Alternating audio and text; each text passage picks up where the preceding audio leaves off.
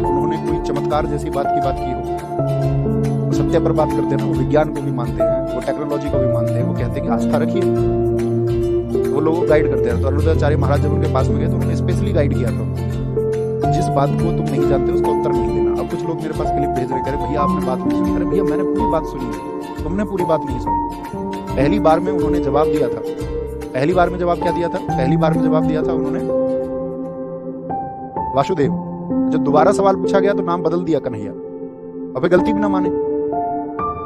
बात धर्म की है ही नहीं, बात यह है कि आप मुझसे पूछे गांधी का जन्म कब हुआ था। गांधी जी का जन्म हम कहेंगे आपसे 3 अक्टूबर को हुआ भैया, तो आप कहोगे नहीं भैया आपसे गलती हुई है, या पहले हम आपको 2 अक्टूबर बता दें सही तारीख और फिर 3 अक्टूबर बता दें, फिर हम क्या कहेंगे भैया हमको पता नहीं। तो प्रेमानंद जी महाराज ने उनको यही समझाया कि जब कोई सवाल रहे ना पता हो तो मना कर दो। अब तुम मिसगाइड कर रहे हो लोगों को। 1 अगस्त पूरा समुद्र पी गए थे अंग्रेज, इसीलिए भाग गए इस देश से, क्योंकि 15 अगस्त आ गए। अंग्रेजों ने कहा भागो, 15 अगस्त है। तो इस देश को आजाद कराने के लिए 6.5 लाख शहीदों का योगदान है। तो जब आप इस बात को कह देते कि अंग्रेज 15 अगस्त से भाग गए, तो हम उन शहीदों को, उन क्रांतिकारियों को बहुत छोटा कर देते हैं। आप मुझे बता रहे हैं भैया ये तो संतों के पक्ष की बात नहीं। संत समझते हो तुम किसको कहते हैं? संत उसको बोलते हैं इसका सत्य के साथ अंत हो जाए। प्रेमानंद महाराज सत्य की बात करने वाले व्यक्ति, हर किसी को आप संत बना लेंगे तो फिर कैसे बात बनेगी? आपके पास कोई पैमाना है क्या तय करने का?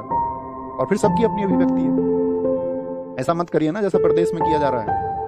एक टीचर को गिरफ्तार कर लिया गया, पहले तो अभिव्यक्ति थी सबके पास में। भगत सिंह जी ने अंग्रेजी राज में लिखा मैं नास्तिक क्यों हूं, उन्होंने प्रमाण दिया, उन्होंने कहा मैं ईश्वर को नहीं मानता। इसका मतलब ये थोड़ी ब्रिटिश सरकार उनको इस बात के लिए फांसी दे देगी। उनको फांसी हुई राजनीतिक कारणों की वजह से। तो अभिव्यक्ति को रखिए, थोड़ा विचार करिए, सोचिए, समझिए, है ना। और नहीं समझोगे और नहीं सोचना चाहते हो तुम्हारी मर्जी है। दुनिया में सब व्यक्ति सही रास्ते पर नहीं चलते, दुनिया में सारे लोग अच्छे नहीं हो सकते, इसकी कल्पना भी नहीं की जा सकती। और हम चाहे बेशक कितनी भी अच्छी बातें कर ले, वो कल्पना से परे की चीजें, एकदम परे की। दयानंद सरस्वती जी जब सनातन का प्रचार कर रहे थे, आप जानते हो उन्होंने क्या प्रयास किए हैं इस देश में सनातन व्यवस्था को बहुत जबरदस्त करने के लिए? उन्होंने कहा था कि आपको झूठे चमत्कारों पर प्रहार करना होगा, झूठे चमत्कारों पर, तब आप एक देश बनाएंगे। अगर आप पॉलिटिशियंस के चक्कर में आकर के ये सोचने लगे ना कि नहीं सिर्फ देश जो है एक धर्म का होगा, तो मेरे दोस्त ये मूल्य गलत है। पाकिस्तान ने अपना देश धर्म के आधार पर ही बनाया।